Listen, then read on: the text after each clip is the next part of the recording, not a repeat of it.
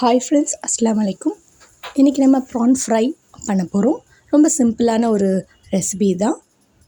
அதுக்கு நான் முதல்ல ப்ரானை நல்லா க்ளீன் பண்ணி வாஷ் பண்ணியாச்சு. இப்போ இது கூட நான் தேவையான உப்பு போட்டுக்கிறேன். அதுக்கப்புறம் ஒரு ஸ்பூன் மிளகாத்தூள் ஆட் பண்ணுறேன்.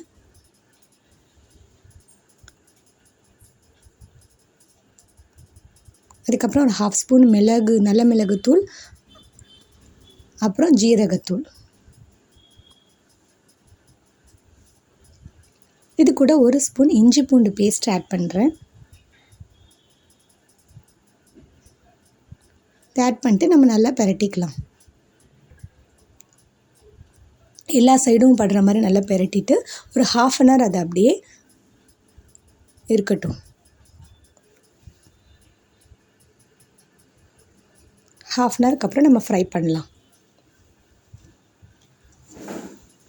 இந்த ப்ரான் ஃப்ரை நல்ல ஒரு சைட் டிஷ். ஆக்சுவலி சாம்பார் ரைஸ்க்கு இதுவே போதுமான ஒரு சைட் டிஷ்ஷாக இருக்கும். ரொம்ப டேஸ்ட்டாக இருக்கும். இப்போ ஒரு கடாயில் எண்ணெய் ஊற்றி நம்ம ஃப்ரை பண்ணி எடுத்துடலாம். இது ஊறினாலும் கொஞ்சம் மசாலாஸ் பிரியும். பட் இருந்தாலும் அப்படியே நம்ம ஃப்ரை பண்ண அது அப்படியே சேர்ந்துடும். பாருங்கள், ஃப்ரை ஆகுது. இப்போ கொஞ்சம் நேரத்தில் நம்ம அதை டர்ன் பண்ணிடலாம். எல்லாத்தையும் கொஞ்சம் லைட்டாக திருப்பி போட்டுக்கோங்க. இப்போ ஃப்ரை பண்ணிவிட்டு பார்க்கலாம்.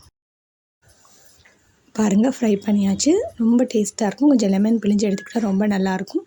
எல்லா சாப்பாடுக்கும் இது நல்ல சைட் டிஷ். ப்ளஸ் சும்மா கூட இதை எடுத்துக்கலாம், ரொம்ப நல்லாயிருக்கும். சிம்பிளாக மிளகு ஜீரகம்லாம் போட்டு நல்லா வாசனையாக நல்லாயிருக்கும். இஞ்சி பூண்டுலாம் போட்டு கண்டிப்பாக இந்த ரெசிபி ட்ரை பண்ணுங்கள். இந்த வீடியோ பிடிச்சிருந்தால் லைக் பண்ணுங்கள், ஷேர் பண்ணுங்கள், மறக்காமல் சப்ஸ்கிரைப் பண்ணுங்கள். தேங்க்ஸ் ஃபார் வாட்சிங் ஃப்ரெண்ட்ஸ். பாய். அஸ்ஸலாமு அலைக்கும் அண்ட் டேக் கேர்.